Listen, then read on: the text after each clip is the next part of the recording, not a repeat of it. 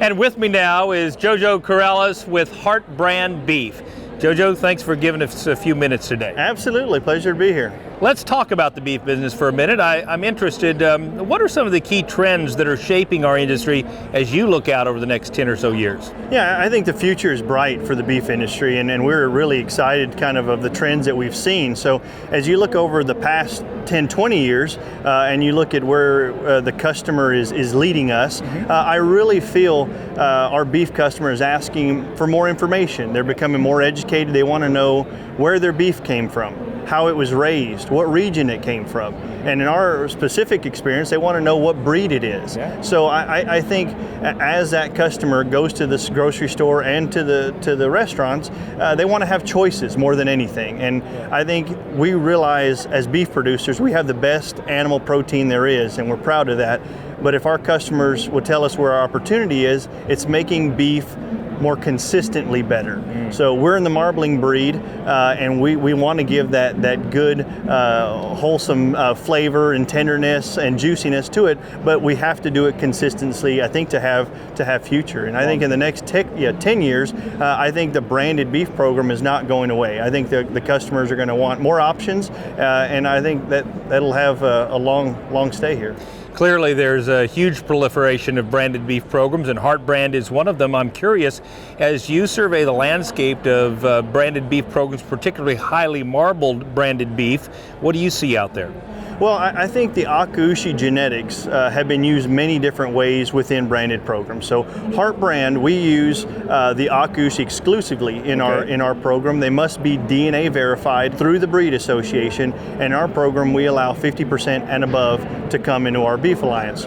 We're a natural fed program, no implant ever, fed naturally, and that's something that gives us a product that's very marketable. So we have that percent prime and choice that we feel fits our clientele, and we've had a good success being able to sell it. Yeah, and as you think about the Akaushi cattle specifically, were you telling me that you've collected 50,000 carcass data points on these cattle? Yeah, that's extremely exciting. That's so I mean, amazing. This is a day of data. So I feel that when you look at the Akaushi Association and what HeartBrand's records have shown within the cattle we've harvested, over the last 50,000 head of cattle, we've had less than 3% select and no roll. Wow. And those are a lot of half-blood cattle. Right. So these are USDA graded, and we've averaged 47% prime, and with only 3% being non-compliant for our beef. And that's what it's all about, is making our customer a better product, and we know that higher marbled beef gives them a better eating experience.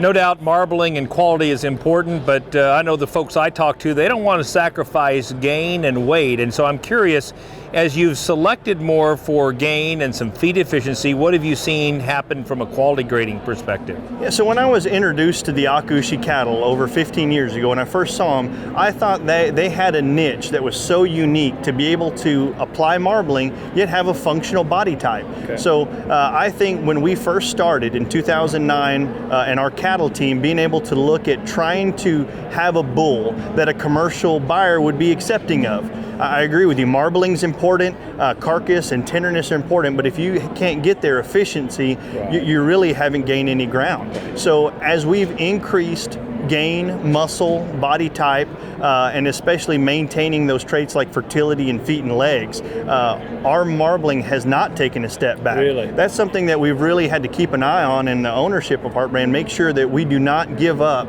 the trait that brought us to the table. In fact, in 2018, our percent prime has actually been about 8-10% higher than our last 50,000 head killed. That's an incredible testimony. So I'm curious, you mentioned commercial cattlemen. When commercial cattlemen come to buy a bull, what are they looking for?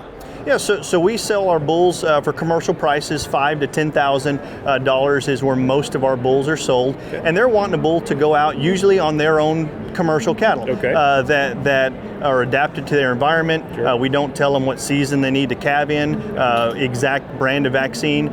Usually these are the guys, Kevin, that are already progressive. They're already doing all these things that are making better animals, and we're just introducing a higher marbled breed on top of that. And what they're looking for is to not give up weaning weight, and they're wanting to be able to market those calves easier. So the HeartBrand buyback program has allowed them to increase their amount of income with maintaining everything the same except changing the bull they use. So on finished fed cattle, we offer 20 to 25 cents over the live market for Akaushi half-blood natural fed cattle. And on weaned calves, that premium will usually range between $100 to $150 is what they should expect. So we'd love to have those Akaushi calves back. Sure. I mean, that's what we're in the business of doing, is selling beef, but it's strictly their option. It's not mandatory to sell back, and if they have a better outlet for them, they're more than welcome to it. That's incredible. And in these kind of economic times that we've been dealing with over the last couple of years, every $100, $150 really counts in the cattle business. Without a doubt. Thank you so much for coming and sharing this perspective with us, JoJo. Absolutely, enjoyed it. You bet. Yes, sir. And if you'd like to learn more, please go to heartbrandbeef.com.